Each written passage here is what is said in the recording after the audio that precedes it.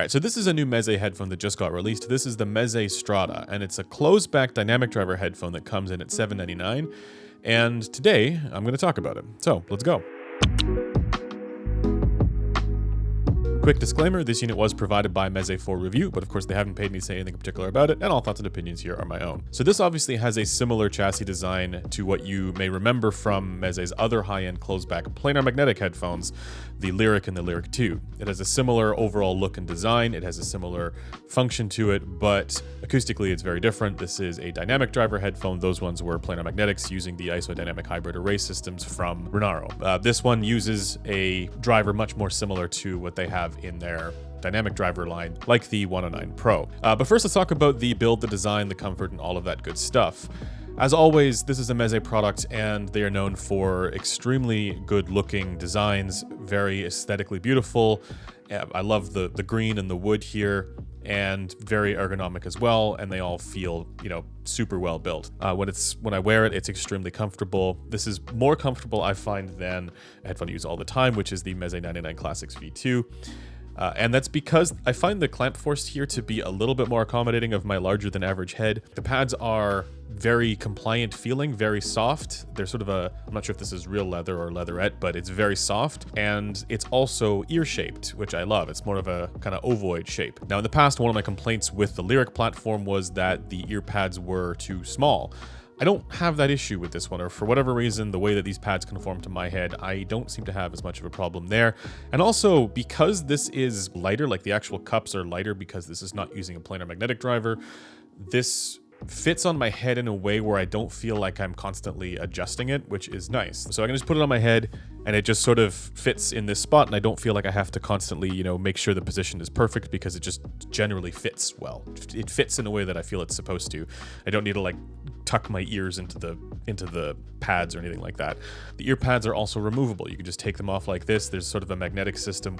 Here you can see what the baffle looks like on the inside. There's a slight angle going on here, so this was part of how they were tuning the headphone. And as you can see, there's a grill piece here with a dynamic driver underneath. For the connector, thankfully these are 3.5mm at the bottom, and they do give you a nice feeling and looking cable, as is tradition with Meze. For drivability, this is low impedance and fairly sensitive, so you don't need to have a standalone amplifier or anything like that. Here's the impedance curve for this headphone.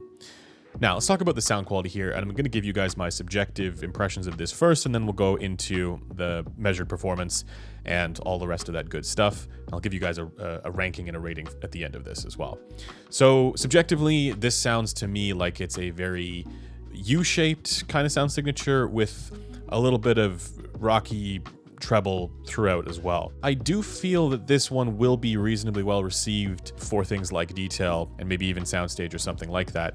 But I also feel that comes at the cost of coherency and timbre and meaningful trade-offs to the overall tonal balance. So it has this upper treble lift, which is something that many Meze headphones exhibit as well. I personally feel that it's quite a bit too much, like it's way too much for me, but it has that shimmery, airy kind of sound to it, where if you hear a cymbal hit, it's the upper edges of the cymbal tones that get enhanced by quite a bit. When I'm listening to certain recordings like James Blake's Retrograde, there's a really unique kind of texturing that goes on when the synths come in, and the vocals also have this kind of outline or enhancement to them. But that comes at the cost of an overall sense of leanness and shrillness. And when I say leanness, that's not to say this doesn't have bass. It does. It actually has a bass elevation, but it's just focused more towards the lower bass portions, and it doesn't really transition as smoothly into the mid-range. So you have this disjointed and slightly incoherent presentation. As a whole, it doesn't quite work all that well. Again, textural things come through with a ton of intensity. But if you're listening to anything that is more busy, that has a lot more stuff going on, that's where you're going to start to notice the timbral compromises that you get with it. And it's one that overall I feel is not for me. Now, let's move over to the graphs here, and I'm showing you guys the data done on the B&K 5-2.8 with 10 seatings per channel. And so you can see how this headphone is behaving on this particular head and ears. That's the way to think about it. So you can see that when there's a good seal, you get a strong presence to the bass, particularly in the mid and lower bass. And then you have that low mid kind of dip. For a lot of recordings, this can come across on the lean side, and you do lose out on some of that mid-range euphony and lushness that even something like the Meze 109 Pro would give you, right? Because it was a bit more forward and a more gradual transition for the upper bass low mids. Whereas this one, it's very distinct for its bass and sub bass profile. Then you get some quirks here throughout the ear gain, but I want to draw your attention more towards this resonance at around 4 kilohertz. That is actually not as obvious on first listen as it might look, because there's upper treble masking that's going on as well. So this combination makes it so you don't really notice the glare that would otherwise come from the 4 kilohertz band from having it be so elevated over the rest of the ear gain.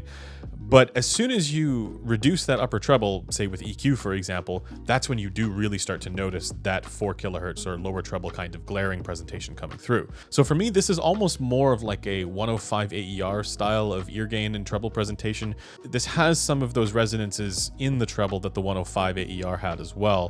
And it's hitting me in a couple of pain points, and I feel it's too much, right? Some flaring is okay, some U-shape is okay. I don't mind the overall sort of approach of trying to come up with certain tasteful colorations that are going to give you that sense of euphony and that sense of wow effect. But I feel that with the Strada, things have gone a bit too far. I feel it's too much in the upper treble, the bass is too distinct, and the ear gain has those resonance features in it that make it a challenging headphone to really recommend. Now, when it comes to the question of EQ, can you use this headphone as something that's great ergonomically and visually and all this stuff and just EQ it?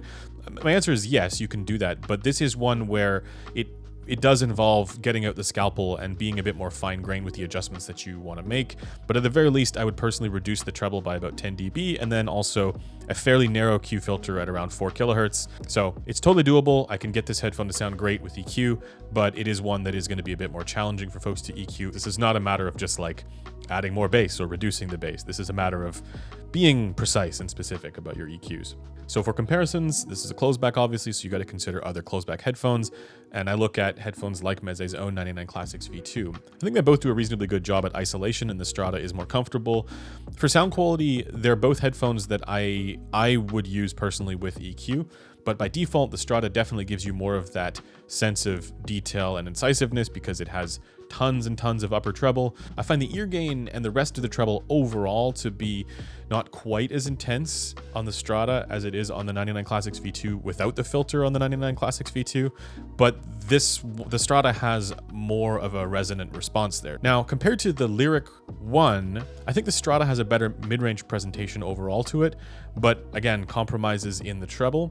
And compared to the Lyric 2, I actually think the Lyric 2 is better. I prefer the Lyric 2, even though it also has some treble quirks. I find the mid-range presentation to be even better on the Lyric 2. If I'm considering recommendations for closeback headphones for their sound quality, I would still choose something like the DCA Aeon X Closed or the FIO FT1 or the Focal Azuris over the Strada, unless of course you're looking for that more U-shaped flaring effect kind of presentation overall. Now, I promised to give you guys a rating for this headphone, and I want to draw your attention to what we're doing over at headphones.com with the rating systems that we have. All of the new headphones that we get in and review, we're going to try and give them a rating as well, so that way if you want like an up-to-date list of how we feel about all these different headphones, you have a very easy way to get that, and you don't need to watch through all of these videos to do that. So in order to find that, you're going to go to headphones.com, and then on the right hand side you'll find the ranking lists, and that'll give you our individual headphone rankings as well as an overall list that combines all of them.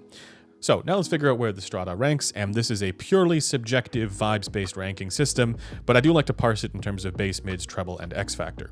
So the bass for me for the Strada, I think is actually pretty good if I'm just thinking about the bass. I don't like the way that it's integrated with the mid-range, but I think overall this feels very satisfying. For the mid-range, again, I find this a little bit on the lean side, and this is part of the reason why it doesn't sound quite as coherent as what I would like. For the treble, this is where I think my biggest problem is with this headphone. It's got some resonant and rocky treble punctuated by a strong upper treble presence to it that is just too much in my opinion. For X factor, I think that again, people are going to find this one reasonably detailed sounding, again, because of some of these quirks and colorations that it has, and for certain tracks, it's going to sound all kinds of textured and clarity focused, and it's going to bring things to life in the music that might otherwise not sound that way, but Definitely comes at a cost to timbre and coherence and versatility. So overall for sound quality, this puts the Strada at around a 4 out of 10. But because the comfort is really good, that's going to bump up the overall score to around 5.2. It's kind of like if you had a race car that's really suitable for a particular track,